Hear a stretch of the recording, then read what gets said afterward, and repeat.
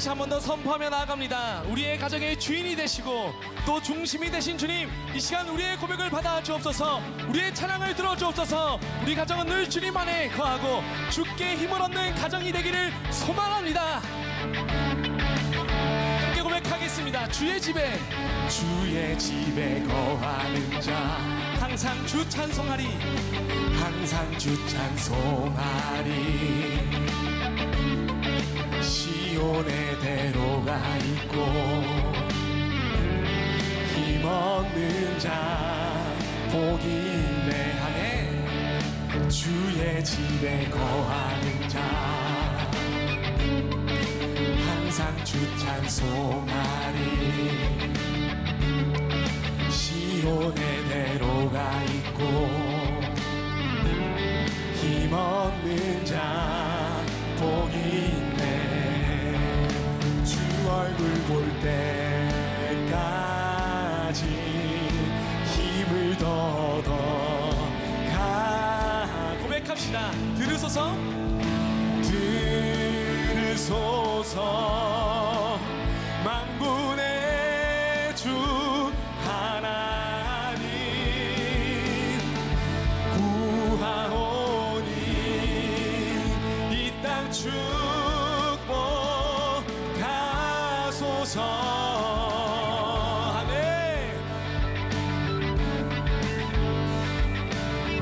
우리 다시 한 번 더 거룩하신 주님께 고백하며 나아가겠습니다. 주의 집에 거하는 자 항상 주 찬송하리, 항상 주 찬송하리.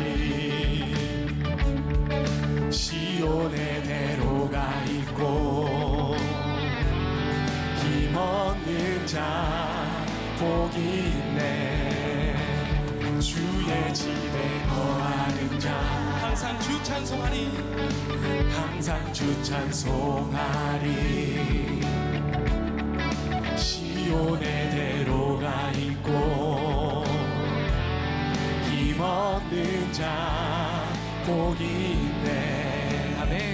주 얼굴 볼 때까지 힘을 더더가리.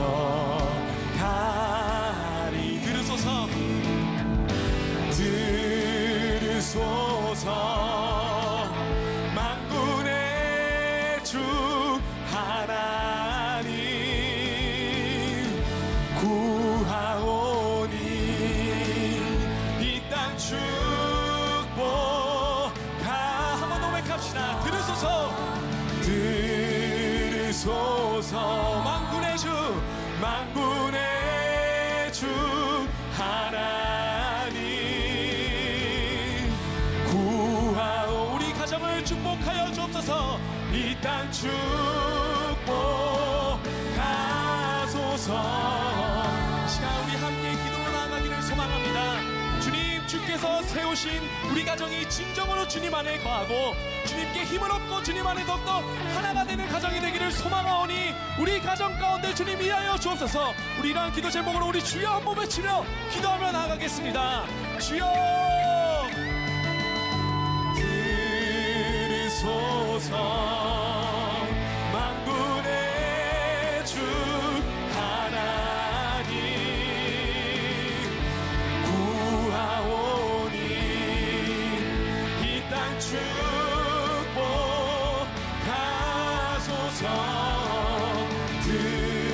들으소서. 만군의 주 하나님 구하오니 이 땅 축복. 우리 마지막으로 한 번 더 고백합시다. 들으소서, 들으소서. 만군의 주 하나님 구하오니 이 땅 축복하소서. 아멘. 주께 힘을 얻고 주님 안에 거하는 가정이 되기를 원한다는 마음으로 가능하신 분들은 모두 자리에 일어나셔서 우리를 예배로 초대하신 주님 앞에 나아가도록 하겠습니다.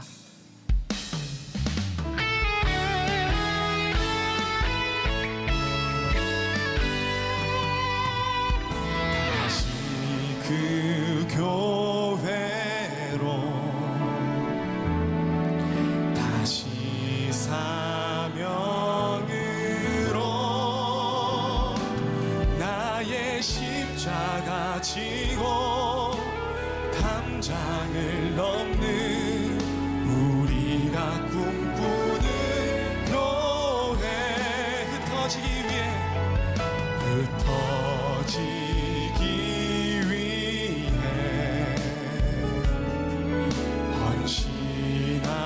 헌신하기 위해 삶으로 예배하며 세상 향할 때 그 나라 세워지리. 주 영광 여기 임하사 주 영광 여기 임하사 열방 향해 그 빛 비추소서 하네. 주의 얼굴 구할 때 주의 향기 머무소서. 영광 영광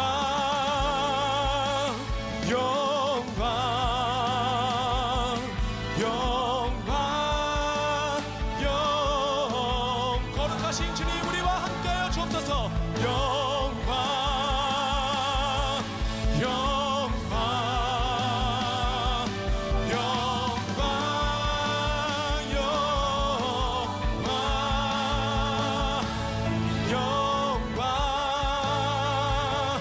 영광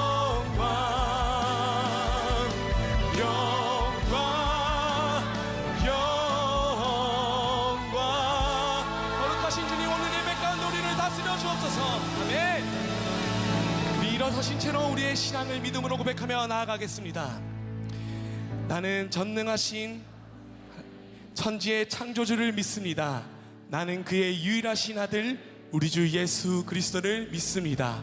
그는 성녀로 잉태되어 동정녀 마리아에게서 나시고 본디오 빌라도에게 고난을 받아 십자가에 못 박혀 죽으시고 장사된 지 사흘 만에 죽은 자 가운데서 다시 살아나셨으며 하늘에 오르시어 전능하신 아버지 하나님 우편에 앉아 계시다가 거기로부터 살아있는 자와 죽은 자를 심판하러 오십니다.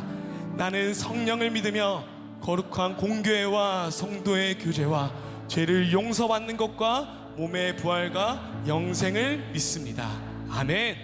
모두 자리에 앉도록 하겠습니다. 이 시간 다시 한 번 더 우리가 찬양하며 나아갈 때 우리 가정을 말씀으로 하나가 되게 하시고 말씀으로 지금까지 인도하신 주님을 기억하며 우리 힘차게 박수치며 나아가도록 하겠습니다.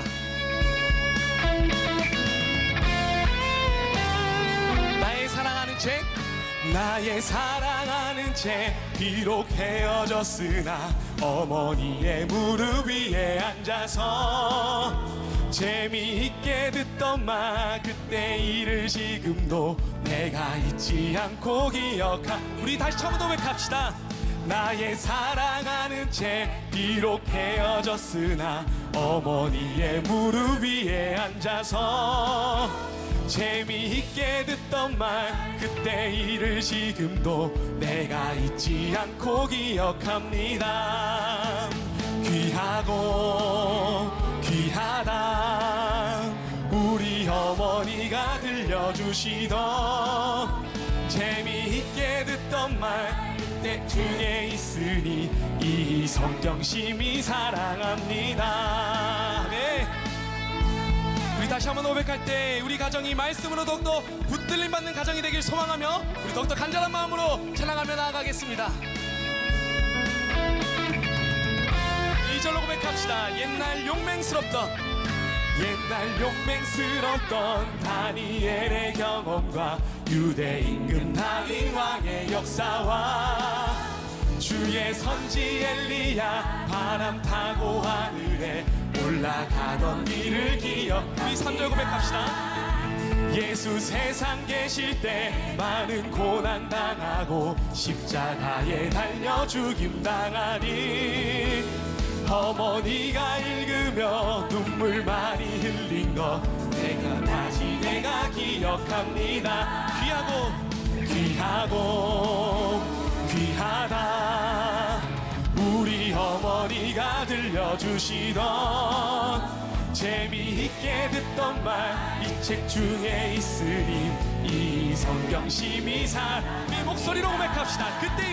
그때 일은 지나고 나의 눈에 환하고 어머니의 말씀 기억하면서 나도 시시때때로 성경 말씀 읽으며 주의 뜻을 따라 살려 합니다.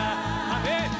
귀하고 귀하다 우리 어머니가 들려주시던 재미있게 듣던 말 이 책 중에 있으니 이 성경 심히 사랑합니다. 귀하고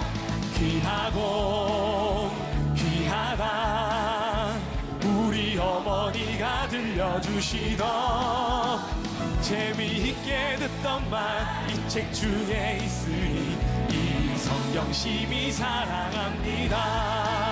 아멘.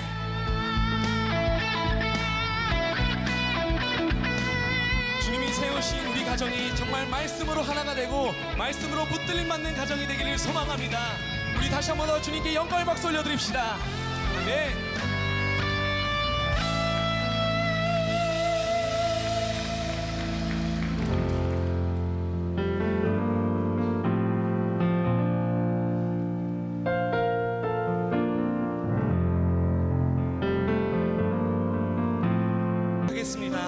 가정의 중심 되신 예수, 가정의 예수, 가정의 중심 되신 예수, 가정의 중심 되신 예수님 우리 가정을 다스려 주옵소서. 가정의 중심 되신 예수 다 무릎 꿇고서 모든 입술 주를 칭하네. 예수 예수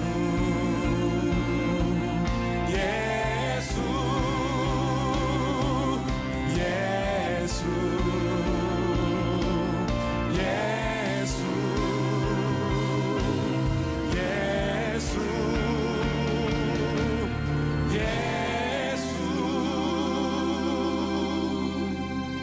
기도하도록 하겠습니다. 가정의 중심이 되신 주님, 오늘 우리에게 귀한 예배를 허락하여 주셔서 주님이 세우시고 하나가 되게 하신 가정을 위해 기도하게 하심에 감사합니다.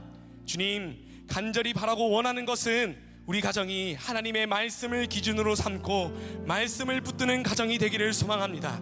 그리하여 역경이 찾아온다 할지라도 기도로 나아가고 기쁨이 넘칠 때는 찬양이 흘러넘치게 주님 그런 가정이 될 수 있도록 우리를 인도하여 주옵소서.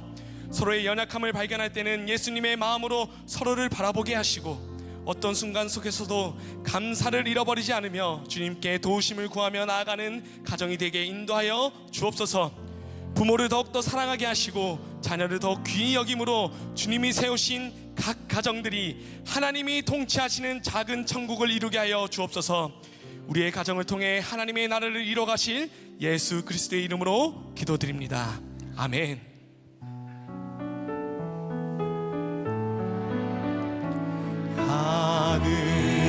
하늘에 계신 아버지 이름 거룩하사 주님 나라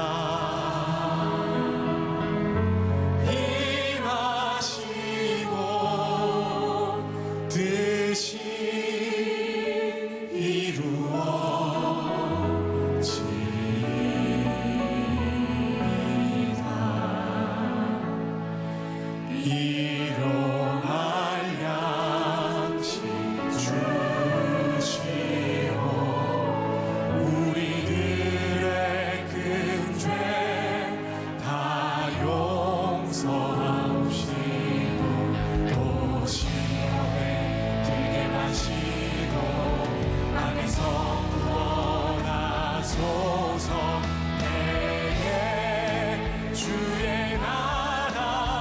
주의 권세 주의 영광 영원히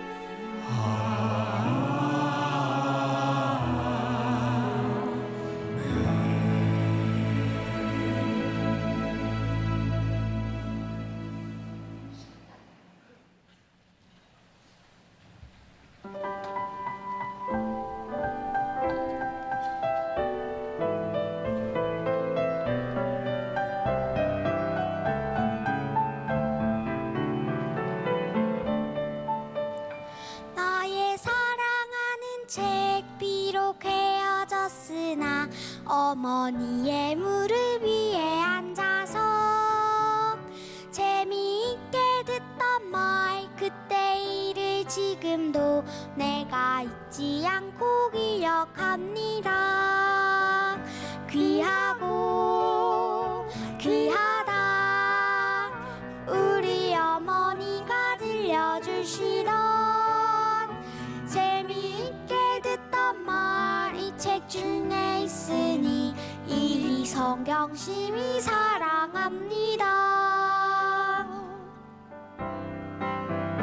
옛날 용맹스럽던 다니엘의 경험과 유대 임금 다윗 왕의 역사와 주의 선지 엘리야 바람 타고 하늘에 올라가던 일을 기억합니다.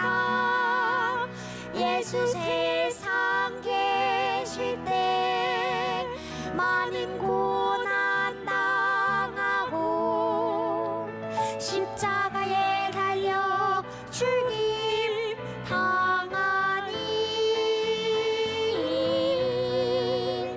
어머니가 읽으며 눈물 많이 흘린 것 지금까지 내가 기억합니다. 지금까지 내가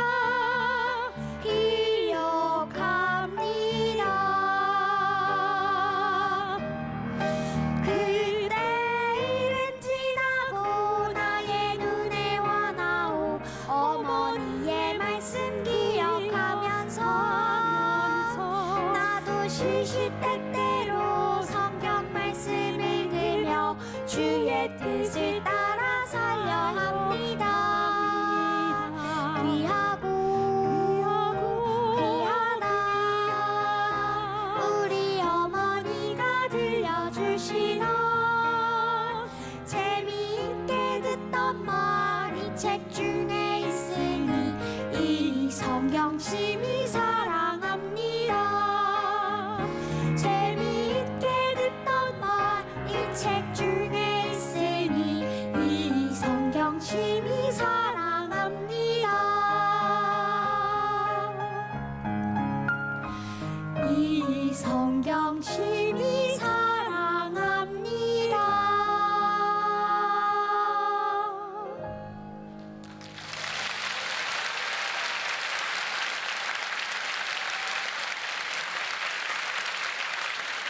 어버이 주일인 오늘 특별히 부모로 살아가시는 모든 분들과 또 다음 세대의 영적 부모인 우리 모두를 주님의 이름으로 환영하고 축복합니다. 오늘 저는 이 이야기를 구체적으로 해보려고 합니다. 만나교회 교육국은 2023년 온라인 교회학교를 선포하고 모든 영역에서 신앙교육이 이루어지도록 하고 있습니다. 오프라인과 온라인에서 그리고 교회와 가정에서 대그룹과 소그룹에서 각각 동일한 교육이 진행되고 있습니다. 여러분이 자신감이라는 단어 들으니까 어떠신가요? 저는 참 좋습니다. 오늘 설교 제목도 자신감입니다.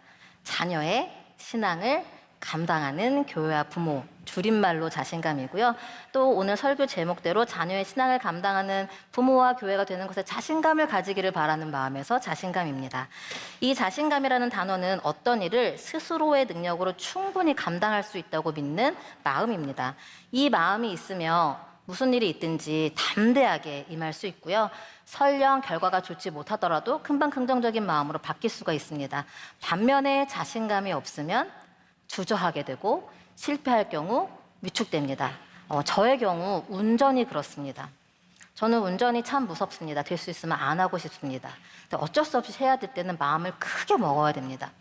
이런 제게 어느 날 속도 위반 과태료가 날아왔습니다. 있을 수가 없는 일이잖아요. 그래서 고지서를 이렇게 자세히 봤어요. 그랬더니 과속이 아니라 저속이었습니다. 저도 당황스러웠어요. 그러니 제가 운전에 있어서 더 어떻게 됐겠죠? 자신감이 떨어지겠죠. 그러나 괜찮습니다. 저에게 운전은 필수 사항은 아닙니다. 얼마든지 대중교통 이용하면 되고 가까운 곳은 걸어 다니면 됩니다. 하지만 이것이 생존과 관련된 거라면 달라집니다. 만일 제 삶에 있어서 운전이 필수 사항이라면 저는 두려움을 넘어 능숙하게 할 수 있어야 할 것입니다. 이때 필요한 것이 자신감입니다. 그래야 차를 자유롭게 움직일 수 있습니다.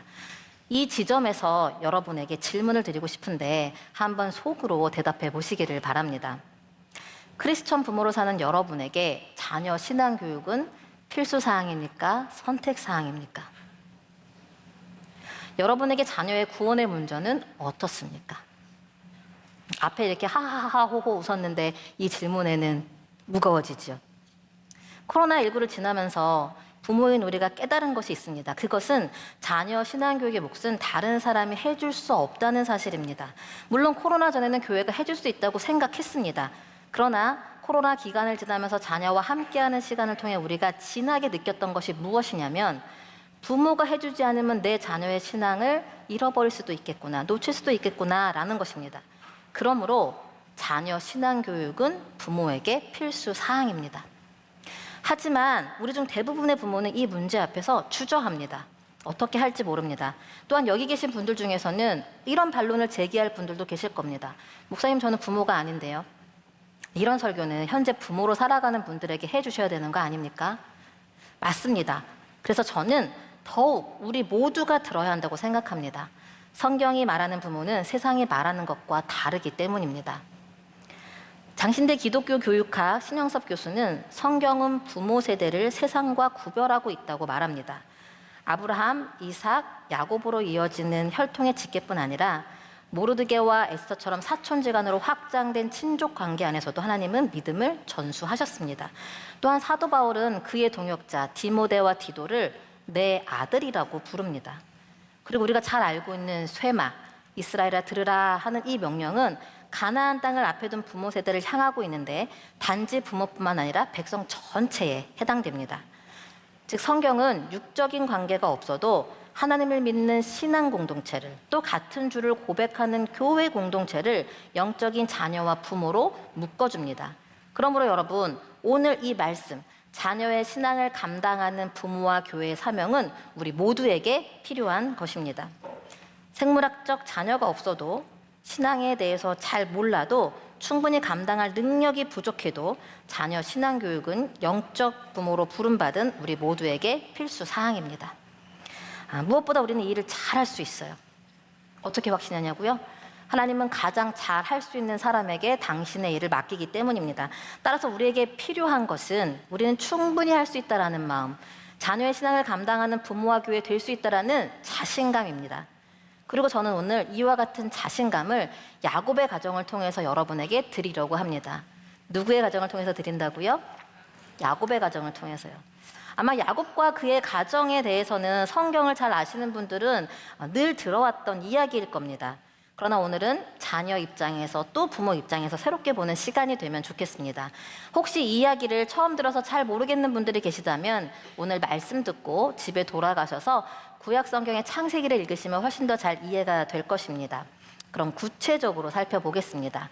먼저 우리가 자녀의 신앙을 감당할 수 있는 첫 번째 자신감은요, 우리에게는 하나님을 믿는 믿음이 있다라는 데 있습니다. 야곱의 할아버지는 우리가 잘 아는 아브라함입니다. 그는 하나님의 부르심을 받고 본토 친척 아비집을 버리고 약속의 땅으로 나아갔습니다. 그가 받은 약속이 무엇이냐면 하나님께서 아브라함으로 큰 민족을 이루시고 복이 되게 하시어 땅의 모든 족속이 아브라함을 통해 복을 얻게 하시겠다는 거였습니다. 사실 하나님께서 이렇게 하시는 이유가 있습니다. 바로 아브라함을 통해 구원의 역사를 시작하기 위함입니다. 아브라함이 등장하는 창세기 12장 전, 그러니까 창세기 1장부터 11장까지에는 인류 전체의 역사가 나옵니다. 여기에는 우리가 알고 있는 하나님의 창조, 또 선악과를 먹게 됨으로 인한 타락, 노아 홍수, 바벨탑 이야기가 있습니다. 인간은 하나님의 형상대로 지어졌지만 죄를 거듭했고 그에 따라 심판도 반복되었습니다. 이 하나님은 죄인이 되어버린 사람에게 더 이상 소망이 없음을 보았습니다. 그래서 구원 프로젝트를 실행하셨는데 그 출발이 아브라함이었습니다. 하나님은 하나님을 믿는 아브라함을 통해 그의 자손이 하나님을 알고 그의 민족이 하나님을 믿으며 그들을 통해 땅의 모든 족속이 하나님을 알기를 원하셨습니다. 이것이 복이요 죄인이 되어버린 인간을 구원하시는 하나님의 소원이었습니다. 그리고 마침내 하나님은 이 소원을 예수님을 통해 완성시키셨습니다. 마태복음 1장 1절 거기를 보면 예수님의 족보가 나오는데 다음과 같이 시작해요. 아브라함과 다윗의 자손 예수 그리스도의 계보라. 아마 아브라함은 그가 구원자 예수님을 오시게 하는 계보의 첫 타자가 될 줄은 상상하지 못했을 겁니다. 그에게 말씀하신 민족을 이루고 그를 통해 땅의 모든 족속이 복을 얻게 하시겠다는 이 엄청난 약속은 당대에 이룰 수 없기 때문입니다. 그러나 그는 그가 해야 할 일을 알았습니다. 자녀에게 그가 믿는 하나님을 소개하는 거였습니다. 여러분, 이것이 믿는 부모의 사명입니다. 하나님은 이 일을 위해서 우리를 택하셨습니다. 민족과 족속은 내게 주신 자녀를 통해서 시작되고 하나님은 믿는 자녀를 통해서 믿음의 세대를 만들어 가시기 때문입니다. 그래서 아브라함은 다른 것 구하지 않았습니다. 하나님이 약속하신 일을 이룰 수 있도록 자녀를 구했고 그에게 하나님을 믿는 믿음을 전했습니다. 저는 성경을 읽을 때마다 이 부분이 신기한데요. 바로 모리아 산에서의 아버지 아브라함과 아들 이삭의 태도입니다. 그림을 보면요. 아버지는 아들을 향해 칼을 겨누고 있고 아들은 아버지의 칼을 받아들이고 있습니다. 그러나 이 모습은 정상적이진 않습니다. 어느 부모가 자녀에게 칼을 대겠으면 또 어떤 자녀가 그 부모 앞에서 가만히 있겠습니까? 사실 아브라함은 25년 만에 아들을 얻었습니다. 그러니 얼마나 그 아들이 귀했을까요? 하지만 하나님께서 그 소중한 아들을 번제로 바치라고 하십니다. 이 아브라함은 따지거나 고민하지 않습니다. 그는 지체하지 않고 말씀하신 다음날 아침 일찍 일어나서 아들과 함께 명하신 모리아 산으로 향했습니다. 가는 도중에 아들이 물어봅니다. 아버지, 불과 나무는 있는데 번제할 어린 양은 어디에 있나요? 아브라함이 대답합니다. 아들아, 번제할 어린 양은 하나님이 직접 준비하실 거란다. 그리고 나서 성경에 다음과 같이 기록이 되어 있어요. 창세기 22장 9절과 10절 말씀을 함께 읽겠습니다. 시작. 하나님이 그에게 일러주신 곳에 이른지라 이에 아브라함이 그곳에 제단을 쌓고 나무를 버려놓고 그의 아들 이삭을 결백하여 제단 나무 위에 놓고 손을 내밀어 칼을 잡고 그 아들을 잡으려 하니. 잠시 우리가 아브라함의 아들 이삭이라고 한번 상상해 봅시다. 지금 아버지가 하는 모습을 보니 하나님이 직접 준비하시겠다는 그 번제할 어린 양은 자기 자신인 것 같습니다. 이삭은 아버지 아브라함이 100세 얻은 아들이었기 때문에 엄청난 사랑을 받았습니다. 그런데 그 아버지가 갑자기 변하더니 소나 양을 잡는 것처럼 자신을 대하고 있는 겁니다. 만일 우리가 이 상황에 있었다면 너무 놀라 소리도 지를 것이고 발버둥도 칠 것이고 산 아래로 도망쳤을지도 모릅니다. 성경학자들도 당시 이삭은 청소년기이기 때문에 충분히 그럴 수 있다고 말합니다. 그런데 이삭은 지금 가만히 있습니다. 아버지가 그를 묶어 제단 위에 올려놓고 칼을 내리치는 모든 상황을 받아들이고 있습니다. 어떻게 이럴 수 있을까요? 그는 아버지가 믿는 하나님을 알고 있기 때문입니다. 하나님이 자식을 번제로 바치라고 할 때는 이유가 있을 거라고 생각했습니다. 그는 하나님의 신실함을 믿었습니다. 그리고 그 믿음대로 하나님은 번제할 어린 양을 따로 준비하셨습니다. 그런데 이 부분에서 궁금합니다. 어떻게 이삭은 칼날 앞에서도 하나님의 신실하심을 기대할 수 있었을까요? 도대체 이 하나님 누가 가르쳐 주었을까요? 한 사람밖에 없습니다. 누구죠? 아버지 아브라함입니다. 저는 이 부분을 묵상하면서 아브라함을 시험하셨던 하나님의 의도에는 이삭도 포함되어 있구나라는 것을 발견했습니다. 하나님은 이날 아브라함뿐만 아니라 그의 아들 이삭에게서도 하나님을 믿는 믿음을 보셨기 때문입니다. 신앙의 전수가 아버지에서 아들로 이어졌습니다. 이제 아브라함의 하나님은 아들 이삭의 하나님도 되었습니다. 아브라함은 하나님이 하시고자 하는 구원사의 첫 발을 잘 디뎠습니다. 시험에 통과한 겁니다. 그리고 이 일은 계속해서 이어져서 아브라함의 자손은 하나님의 백성 이스라엘이라는 민족을 이루었습니다. 사랑하는 여러분, 이 부분, 부모에게서 자녀로 이어지는 신앙의 전수를 다음 세대의 영적 부모인 우리는 주목해서 보아야 합니다. 하나님이 아브라함을 택하신 데는 특별한 자격이 있어서가 아닙니다. 아브라함은 하나님을 믿었습니다. 그게 이유입니다. 아브라함이 등장하기 전 성경이 기록하고 있는 바벨탑 사건을 보면 믿음 없는 사람들로 가득합니다.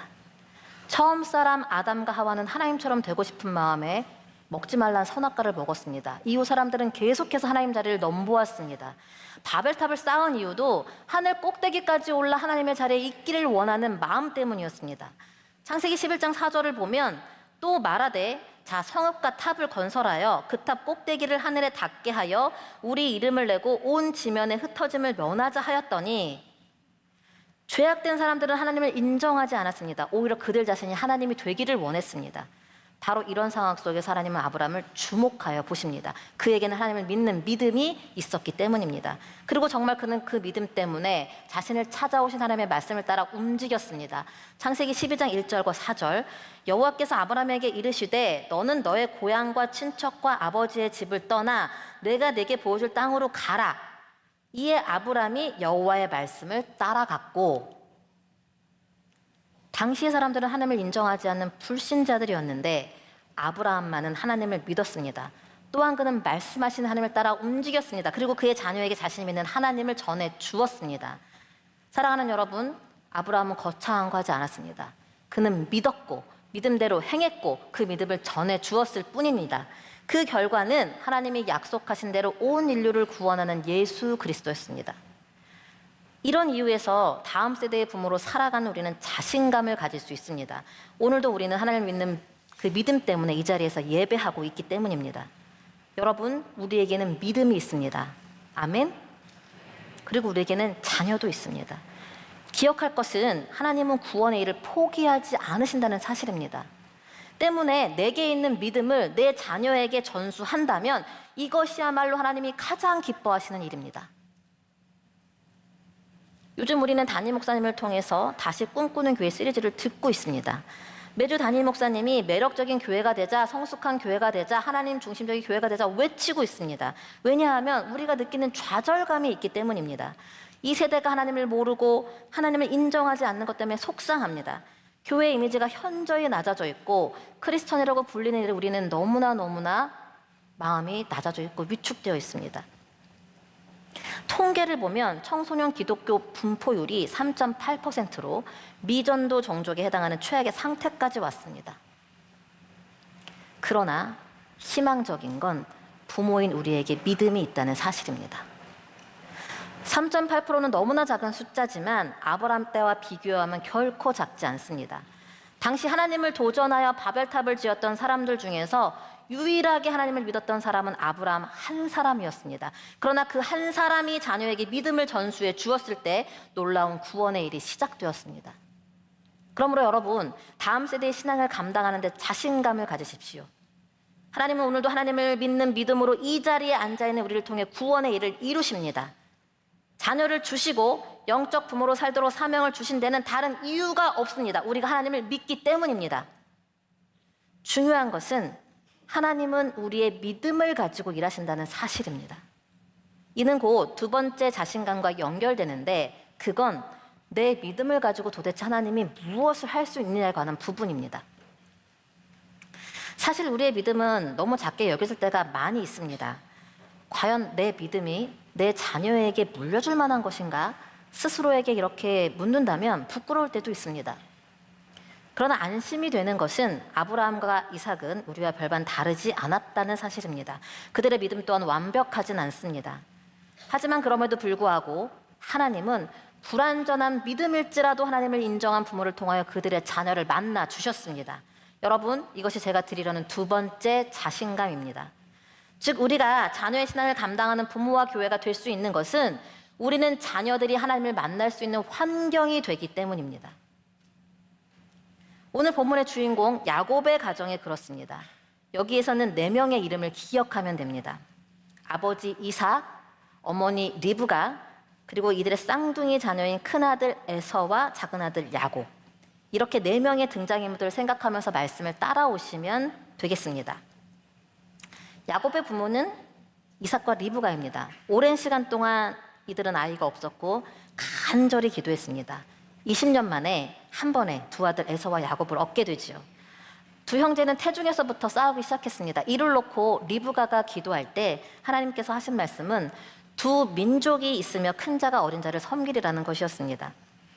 성경은 두 사람을 표현하기를 에서는 사냥꾼이므로 들 사람이 되었고 야곱은 조용한 사람이었으므로 장막에 거주했다고 합니다. 아마도 야곱은 집에 머무는 시간이 상대적으로 많았기 때문에 이는 곧 부모로부터 하나님에 대해 듣는 기회가 더 많았을 것 같습니다. 그래서였을까요? 야곱은 간발의 차이로 형이 되진 못했지만 장자의 명분을 귀하게 여겼습니다. 당시 근동사회에서 장자가 갖는 권리는 매우 소중한 것으로 장자는 아버지의 권위를 공식적으로 승계받습니다. 무엇보다 장자는 하나님의 축복을 아낌없이 받는 자리입니다. 그런데 법적인 장자였던 에서는 이 명분을 가볍게 여겼습니다. 어느 날 사냥을 마치고 돌아왔을 때 배고픔을 못 이긴 그는 동생 야곱이 제안한 죽 한 그릇에 장자의 명분을 팔아버렸습니다. 놀랍게도 일은 실제가 되었습니다. 시간이 흘러 아버지 이삭이 맏아들에게 축복하려고 에서를 찾았을 때 먼저 리브가가 야곱을 불러서 형 대신 축복을 받게 했던 겁니다. 쌍둥이였기 때문에 가능했고 결국 둘째였던 야곱이 장자의 축복을 받았습니다. 그러나 이 일은 에서를 분노하게 했습니다. 어쩔 수 없이 야곱은 형을 피해 삼촌 집으로 도망갑니다. 잠시 여기서 야곱의 심정을 헤아려 볼까요? 형과 달리 장막에 머물기를 좋아했던 그가 지금 집에서 도망치고 있습니다. 한 번도 본 적 없는 삼촌 집으로 가는 그 걸음이 얼마나 무겁고 두려웠겠습니까? 이러한 결과는 그가 원했던 것이 아닙니다. 갑자기 모든 것이 억울해지지 않았을까요? 어릴 때부터 형만 좋아했던 아버지가 원망스럽고 굳이 형처럼 자신을 변장시켜서 축복을 받도록 부추겼던 엄마도 미워집니다. 큰 자가 어린 자를 섬기리라고 약속하셨던 하나님은 도대체 어디에 계신 건지 사방은 캄캄하고 들짐승의 소리는 무섭게 들립니다. 게다가 정신없이 달려오느라 극도로 피곤해진 몸으로 딱딱한 돌을 베개 삼아 누웠을 때 그의 눈에는 하염없이 눈물만 났을 겁니다. 그렇게 잠이 들은 야곱은 꿈에서 하나님을 만납니다. 그가 만난 하나님은 할아버지 아브라함의 하나님이시며 아버지 이삭의 하나님이시랍니다. 그 하나님께서 지금 누워있는 땅을 야곱에게 주시겠답니다. 오래전 할아버지에게 약속하셨듯이 그의 자손을 통해 땅의 모든 족속이 복을 받게 하신다는 그 구원의 일을 야곱에게도 주시겠답니다. 무엇보다 하나님께서는 이 약속을 이루시기까지 야곱과 함께 해주시겠답니다. 사랑하는 여러분, 지금 야곱은 할아버지와 아버지를 통해서 듣기만 했던 그 하나님을 직접 경험하고 있습니다. 그가 꿈에서 깨어나자마자 고백했던 것을 들어보십시오. 야곱이 잠에서 깨어 이르되 여호와께서 과연 여기 계시거늘 내가 알지 못하였도다. 여호와 하나님께서 어디에 계신다고요? 여기에 계신다고요. 어려서부터 들었던 하나님이 이야기 속에만 존재하는 것이 아니라 지금도 살아서 역사하셔서 지금 나와 함께 계시다는 것을 야곱은 체험하고 있습니다. 이때부터 하나님은 야곱의 하나님이 되셨습니다. 중요한 것은 성경은 야곱이 하나님을 만난 그 순간부터 그의 이야기를 중심으로 펼쳐진다는 사실입니다. 아브라함의 하나님, 이삭의 하나님은 이제 야곱의 하나님이 되셔서 일하시기 시작합니다. 여기서 또 궁금합니다. 어떻게 야곱은 그에게 말씀하시는 분이 하나님인 것을 알 수 있었을까? 꿈에서 나타나신 하나님이 과연 여호와인 것을 그는 어떻게 확신할 수 있었을까? 그것은 그의 부모가 날마다 보여주었기 때문일 겁니다. 아침에 일어날 때, 함께 식사할 때, 같이 다닐 때, 저녁에 누울 때 등 일상의 모든 순간에 하나님을 초대했기 때문입니다. 아마도 그의 가정에서 하나님을 빼면 아쉬웠을 거예요. 성경의 기록을 보면 야곱은 15살 때까지 그의 할아버지와도 함께 지낸 것을 알 수 있는데 노년의 아브라함으로부터 그가 듣는 것은 하나님의 약속과 그것을 이루어 가시는 전능자의 이야기로 가득했을 겁니다. 앞서 나눴던 모리아산의 이야기를 비롯해서 그의 부모인 이삭과 리브가의 만남을 위해서 기도하고 힘썼던 일들, 또 할아버지가 죽고 나서 아버지 이삭이 하나님의 약속을 따라 그 땅을 지키며 우물을 팠던 일들, 그리고 그 땅의 지도자가 이삭에게 먼저 손 내밀어 화친을 맺자고 한 것을 야곱은 직접 듣고 보았습니다. 그의 가정에 행하신 하나님의 일은 너무나 신이 납니다. 이에 반해 그의 부모는 연약합니다. 어릴 때부터 아버지는 형을, 어머니는 야곱을 편애했습니다. 유약한 아버지는 어머니를 동생이라고 속이기도 했습니다. 뿐만 아니라 그 아버지는 하나님의 약속에도 불구하고 에서를 축복하려고 했습니다. 사냥꾼이었던 그의 음식에 탐닉해서 말입니다. 또 어머니는 어떻습니까? 하나님의 약속이라는 이유로 남편을 속이면서까지 야곱을 축복받게 했습니다. 어떻게 보면 콩가루 집안입니다. 그러나 그 가정의 주인은 항상 하나님이셨습니다. 비록 온전한 부모는 아니지만 완전하신 하나님을 붙들고 살았기에 야곱은 그에게 찾아오시는 하나님을 단번에 알아챘던 겁니다. 그렇기 때문에 하나님을 믿는 부모가 그 믿음의 대상이신 하나님을 중심으로 사는 것은 우리의 자녀가 하나님을 만날 수 있는 환경이 됩니다. 우리는 우리의 작은 믿음으로 무엇을 할 수 있을까 의심하지만 하나님은 그 믿음을 통해서 우리의 자녀들을 만나 주십니다. 그러므로 혹시 믿음에서 멀어진 자녀로 염려하고 있는 분들이 계시다면 이제 그 염려를 기대로 바꾸십시오. 믿음의 부모가 있는 한 그들은 하나님을 만날 것이고 자신의 하나님을 고백하며 살아가는 믿음의 주인공이 될 것입니다. 이런 이유에서 우리는 다음 세대의 신앙을 감당하는 데 자신감을 가질 수 있습니다. 우리가 할 일은 우리의 자녀가 하나님을 만날 수 있도록 끝까지 영적인 환경이 되는 일입니다. 그럴 때 우리는 작은 믿음이지만 크신 하나님이 일하시는 것을 보게 될 거고 이는 곧 마지막 자신감과도 연결됩니다. 바로 우리에게는 자녀를 축복하는 권세가 있다는 것입니다. 무엇이 있다고요? 자녀를 축복하는 권세가 있다고요. 이것이 자녀의 신앙을 감당할 수 있는 세 번째 이유입니다. 이여령의 마지막 수업이라는 책을 보면 죽음을 앞둔 이여령 씨를 그의 제자가 매주 화요일에 만나서 삶과 죽음에 대한 대화를 나눈 내용을 담고 있습니다. 이 책은 다양한 주제를 다루고 있는데 무엇보다 이 시대의 지성을 대표하는 분이 다가오는 죽음을 옆에 두고 들려주기에 그 울림이 깊습니다. 어느 날 제자가 이런 질문을 해요. 선생님, 럭셔리한 삶이 뭘까요? 질문에 대한 이여령 씨의 답이 제게는 오래도록 남았습니다. 책에서 그는 말하기를 자신은 소유로 럭셔리를 판단하지 않는다고 합니다. 오히려 가장 부유한 삶은 이야기가 있는 삶으로 스토리텔링을 얼마나 갖고 있느냐가 그 사람의 럭셔리라는 겁니다. 즉 똑같은 시간을 살아도 이야기거리가 없는 사람은 산 게 아니라는 거지요. 스토리텔링이 럭셔리한 인생을 만든답니다. 예를 들어서 할인해서 싸게 산 다이아몬드와 첫 아이를 낳았을 때 남편이 선물해준 루비 반지 중 어느 것이 더 럭셔리한지는 말하지 않아도 압니다. 또 남들이 보기엔 철진한 고식 스카프라도 그것을 물려준 분이 어머니라면 달라지지요. 이 세상에서 단 하나뿐인 귀한 것이기 때문입니다. 그러면서 그의 답이 이어지는데 다음과 같이 말합니다. 우리는 겉으로 번쩍거리는 걸 럭셔리하다고 착각하지만 내면의 빛은 그렇게 번쩍거리지 않아. 거꾸로 빛을 감추고 있지. 스토리텔링에는 광택이 없다네. 하지만 그 자체가 고유한 금광이지. 스토리텔링, 인생에 담겨있는 이야기. 그것이 우리의 삶을 부유케 한다는 말 저는 너무 동의합니다. 눈에 보이는 광택은 없지만 그 자체가 고유한 금강이라는 거 정말 맞는 말입니다. 믿음의 부모들이 그랬기 때문입니다. 그들은 불완전한 믿음이지만 자신에게 주어진 인생을 하나님과 함께 걸으려고 애썼습니다. 그래서 그들의 삶에는 하나님 이야기가 있습니다. 부모에게 자녀를 축복할 수 있는 권세가 있다는 것은 그들의 삶에 하나님이 담겨 있기 때문입니다. 이왕에 시작한 야곱의 이야기를 조금 더 해보겠습니다. 그의 삶은 엄청난 스토리텔링으로 가득합니다. 형을 피해 삼촌 집으로 도망가던 중 그는 살아계신 하나님을 만났습니다. 그러나 그의 인생이 순탄하진 않았습니다. 잠시 머물다 금방 돌아갈 줄 알았던 삼촌 집에서 20년을 살게 되었고 그곳에서 12명의 아들을 얻은 아버지가 되었습니다. 외가 쪽 집안의 내력, 속이는 DNA는 삼촌으로부터 이용당하기도 했지만 하나님의 도우심으로 야곱은 풍성함을 이루었고 마침내 형에게로 돌아갈 결심을 합니다. 그러나 야곱의 마음은 두려움으로 가득했습니다. 어떻게 형의 얼굴을 볼 수 있을까 하며 지난날 형을 속여 축복을 가로챘던 일에 대해 용서를 구하는 과정은 너무나 힘이 들었습니다. 그러나 하나님은 약속하신 대로 야곱과 함께 하셨고 형제는 화해를 이루었습니다. 그렇게 야곱은 아버지가 있는 집에 다시 왔고 그의 이야기는 12아들 중에서 11번째 아들인 요셉에게로 이어집니다. 안타깝게도 인간 부모의 불완전함은 그대로 유전되어서 이삭과 리브가가 각각 에서와 야곱을 편애했듯이 야곱은 아들들 중에서 요셉을 특별히 사랑했습니다.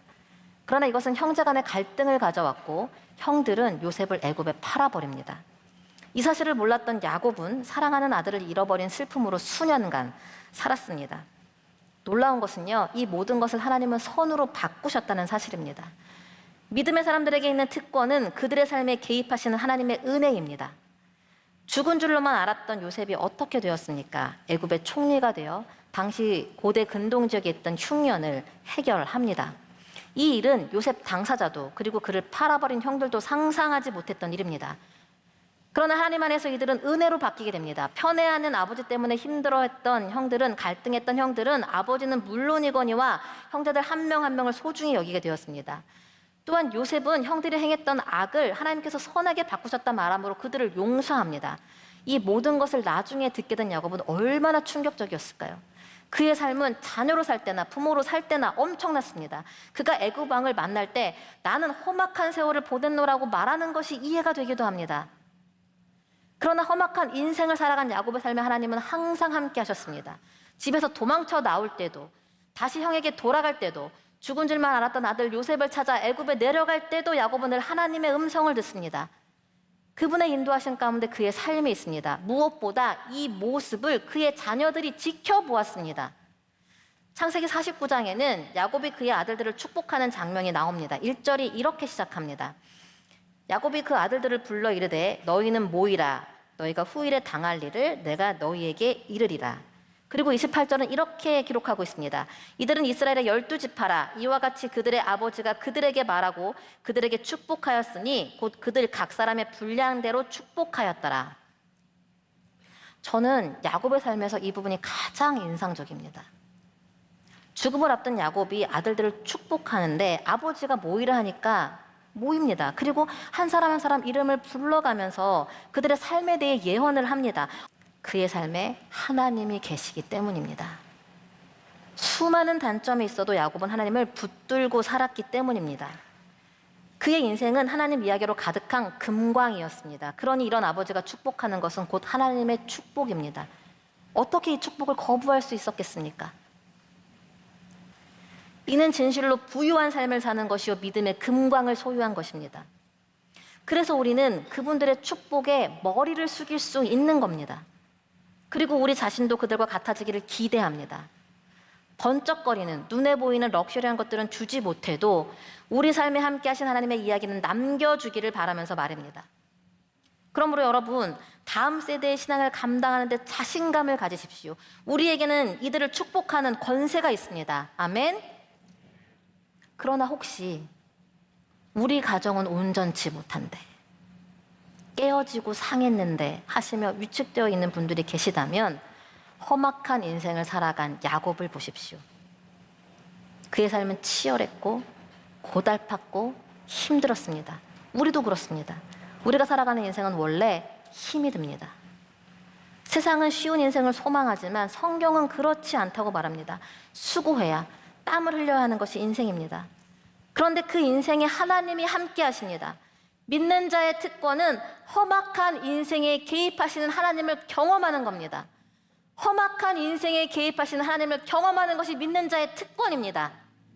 나는 연약하지만 하나님의 은혜로 살아가는 것, 이것이 우리의 이야기고 무엇보다 우리의 다음 세대가 지켜보고 있습니다. 그리고 기대합니다.